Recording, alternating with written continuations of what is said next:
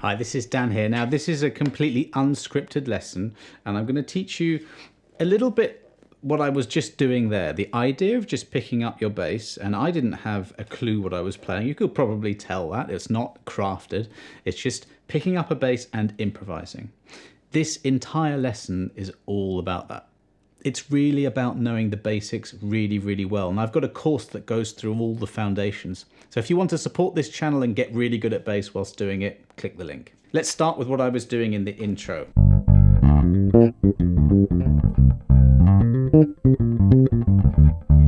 Let's start with the theory side of things. So I'm in the key of G minor. That's G natural minor. And I know the underlying arpeggios built on each degree of this scale. And what I was exploiting in the intro, and what I'll show you now, is the fact that chords 1, 4 and 5 in a minor key are all minor chords. So I was going from G on the 3rd fret of the E string, this is something you can experiment with too, to the C that's on the 8th fret of the E string, and the D that's on the 10th fret. Reason being, any shape that I play down here, I can map to the other places and it'll work. So I was going. That's a minor pentatonic scale. It might be one that you already know. Works on G minor, on G. Go to the C, 8th fret. Fits again, up 2 frets. It works. So I was just knowing that theory, and then the fretboard knowledge of knowing the fact that I can play the same patterns on the G, on the C, and on the D. And then creativity. Now, creativity is, it's a blend of a lot of different things that can be hard to explain. But let's just see what I was doing. Okay, so, well, there's some technique there because that's a little sort of half slide, half hammer on. There's definitely a short note at the end. So technique has to be really, really in control. You have to be very in control of the notes. Okay, I can do that. Same thing. Now on the D. And now back to the C minor.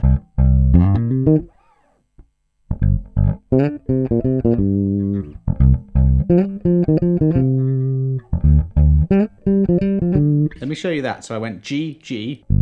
So whatever the root of the chord is, so either G, C, or D. And then I went. So I'm going to the 5th fret of the G string. Now I'm never thinking when I'm doing this, and that's going to be the case with you as well. The more you know those fundamentals, those foundational things, the more you can just go there without thinking. It does take time to do that. So I'm going to the C and doing a little slide out to the D. Frets 5 to 7, then coming back and going C, B flat, C, B flat, then G, 5th fret, D string. And the same pattern. Remember, they're all minor chords, they all work.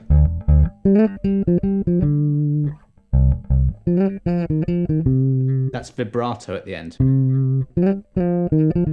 And that makes your playing sound very creative, using different technical aspects of bass playing. These are articulations or expressive techniques, hammer-ons, pull-offs. You can take that minor pentatonic shape from the beginning. So I'm just going up in hammer-ons. 2 notes are there. Really, you're taking the note selections, and with your technique and with your phrasing, which kind of is the organization of notes within time, within the rhythm. So that's the other thing. This is about the speed I'm going.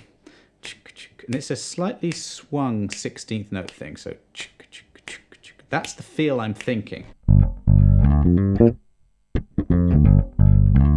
You can stay on the 1 chord.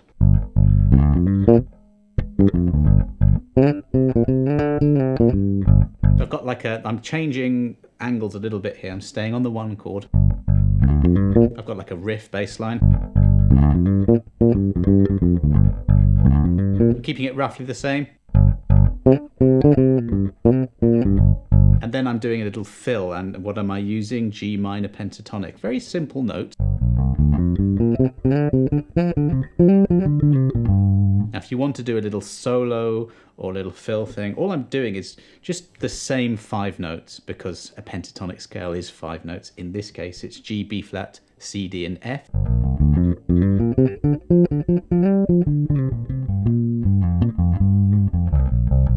Another thing you could do is just play around with that scale. I like to do things like this. Use those articulations and slide around on one string. Add those in, and it doesn't sound like you're playing a scale, but you are playing a scale, but it doesn't sound like you're playing music. And that's the point of this lesson, is to just create. And we create by using all these different elements of where the notes are on the fretboard, different rhythms organized into phrases, the theory behind things. All of these things come together to create music. Let's change direction and we'll go to G major. So I know the harmony of this scale as well, and I know that the 1, the 4, and the 5 chords exactly the same as last time. But they're not minor, they're all major this time. So let's work with that idea a little bit. So let's go, and like I say, this lesson isn't, I've got some bullet points, but I'm making things up much the same way that, you know, I would if I was picking up a bass to practice, and that I would like you to try as well. So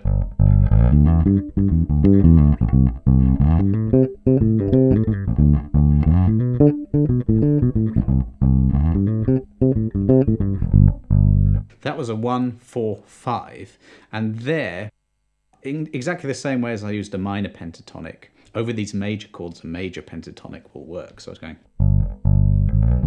I like that shape where the 1, the 2, and the 3, the first notes of the pentatonic, are all on one string. So I can slide.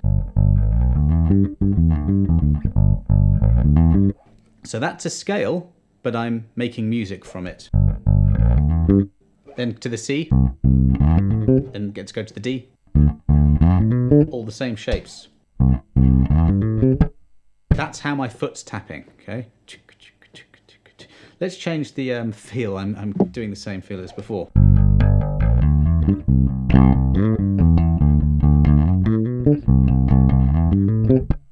That's the speed. Now I'm straight. Da, da, da, da, 1 and 2 and 3. It's extremely crucial, whatever you're playing, to have the groove going, and that means tapping your foot, you know, nodding your head, moving your body, whatever works for you, and subdividing the beats. In this case, 1 and 2 and 3 and 4, and every single beat has got 2/8 in it, and then I'm locked in.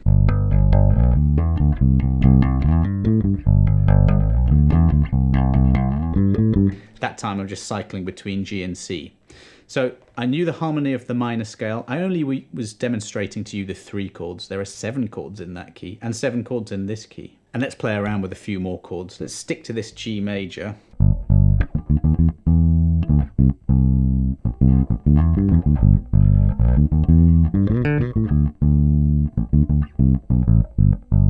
Again, this is improvised, and that time we've got G major again, but I was going G to the E. Now I know, and this is another one of those things that you must know the harmony, that the E is the 6th chord, and that's a minor chord. So when I got to there, I just sort of walked up that major pentatonic scale, same as before. Then we got to the E. It's minor, so I'm doing a minor shape over that. That's your fretboard knowledge. Then I went to the C. Now I'm just using fifths. That's intervals, the distance away from a note. A very common bass note. Then to the D. And all of these notes belong to G major. So starting on a D, all those notes will fit.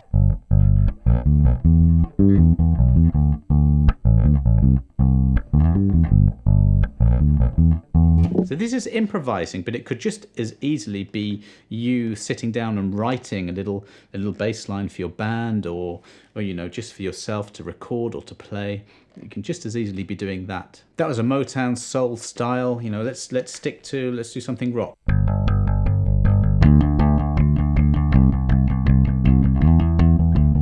That time I'm much faster. 1, 2, 3, 4, sticking to straight eighths. 1 and 2 and 3 and 4, and I've mapped out the notes. G, A, B, C, D, E. I've just got, you know, one bar of the G. 1, 2, 3, 4. Then moving to the 6. And these are all root notes.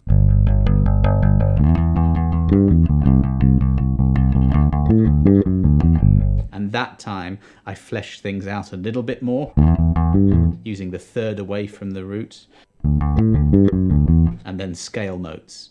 I suppose that was a little bit Green Day there, but that you could do any style that you like, go where you want. One key aspect of this, I find, is to listen to as many different genres of music you can and just get into the characteristics of the bass line.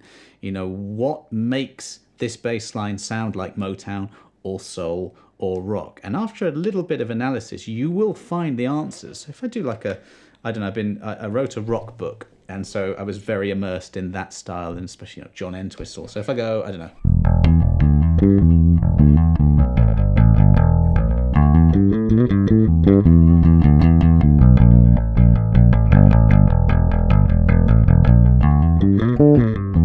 That's not really Entwistle, but sort of a rock style.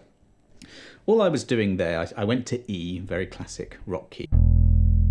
And I'm just sort of really noodling in an Entwistle style around E minor pentatonic. So that's that thing again of there's a scale, and I know it in all different positions. That's your fretboard awareness and knowledge. That's a blues scale. And then you're just kind of rocking it up with little hammer-ons and legato. I'm doing sort of Geddy Lee style attack of the strings here to make it a little rocky sounding. You know, just aggression is the key to this style.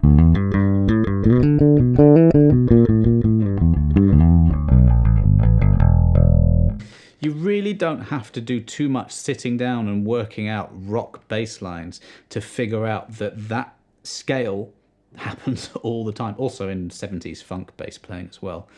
And after like 10 times of different tunes, the light bulb goes off. I would recommend you do this for yourself, not just me telling you this.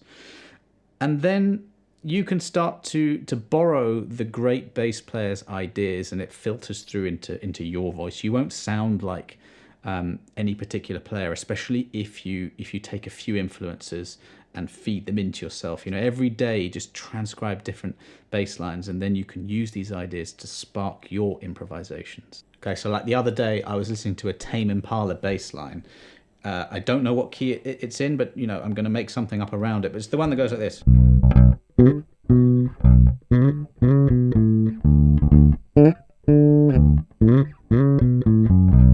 know, that one is really cool. So I learned that, and then I just figured out really pretty easily that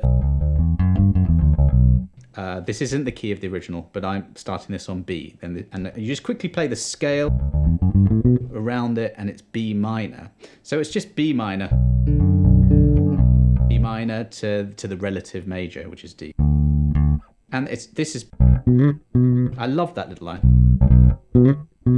So that's the root, that's the octave, and that's the ninth, which is the note after the octave, the ninth. And that whole hook of that bass line is built around that. Then we go to the D, which is in my example here, and it's the same hook, the slide to the ninth. And that's the major seventh. There's some articulations going on here. Now I can make up my own sort of thing around this.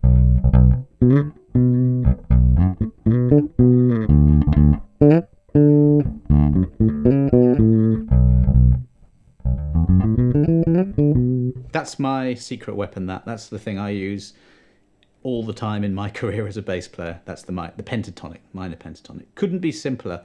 So when I'm going pentatonic, pentatonic, right? I've just given you the key to my my career, really. That's all it is. It's just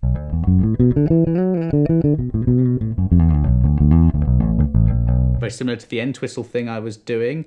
And a lot of my creativity comes, I'm a very simple person, you can see that. I haven't gone into any bebop or any kind of jazz stuff. That tends to not be where I really want to go when I'm playing. But if you do, then you need to get under the skin of that style of music. It's all the same process. So just to clarify, we've got a bunch of technique that you can be getting down every day in your practice. Because the technique is the stumbling block. You know, what did I just do? Something like, you know, I'm making that look easy because it is easy for me because I've practiced that a lot. So you get your scale, run up and down it, you know, make music from it, do hammer-ons, pull-offs. Do it very slow at first, make exercises up, and then after a while it becomes automatic. Then you're learning a little bit of the theory. You know, when I was just saying we got a B minor going to a D, well, make sure you know what that means.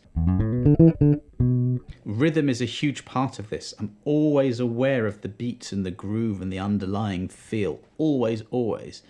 Now, none of these things is that difficult in isolation, but the creativity and the advancement for your playing comes when you start to bring these things together at the same time.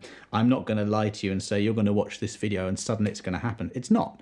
You will then need to practice these ideas. But I hope that helped a little bit. Don't forget that course if you do want to support the channel or learn some of these fundamentals. There's, I would say, at least 2 years of stuff in that course for you to practice if you're looking for things to practice on bass. But if you do have any questions, if you liked that style of video, which was just very clearly me just pressing, having a couple of ideas and pressing play and seeing what happens, I think that's good because you can at least see the thought processes that go into this style of playing. So I hope you enjoyed that lesson. Do leave a comment below. Thanks very much for watching.